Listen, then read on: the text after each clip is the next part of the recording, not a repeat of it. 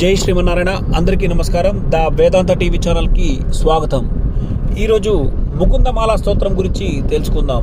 అసలు ఈ ముకుందమాల స్తోత్రాన్ని ఎవరు రచించారు? ఈ ముకుందమాల స్తోత్రాన్ని కులశేఖర ఆళ్వార్ మహారాజు గారు ఈ యొక్క స్తోత్రాన్ని రచించారు. ఈ యొక్క స్తోత్రం వాసుదేవుడైనటువంటి శ్రీకృష్ణుడిది, అదేవిధంగా శ్రీ మహావిష్ణువుని పొగడుతూ రాసినటువంటి స్తోత్రం. ముకుంద అంటే మోక్షాన్ని ప్రసాదించేవాడు అని అర్థం. ఈ యొక్క స్తోత్రాన్ని చదవడం వల్ల మోక్ష ప్రాప్తి జరుగుతుందని చెప్తారు. అందుకే ముకుందమాల స్తోత్రాన్ని ప్రతి ఒక్కరూ పఠించాలని చెప్తారు. ఈ యొక్క స్తోత్రం వల్ల భక్తిని బలపరచడం, అదేవిధంగా పాప విమోచనం, మనస్సుకు శాంతిని ప్రసాదిస్తుంది.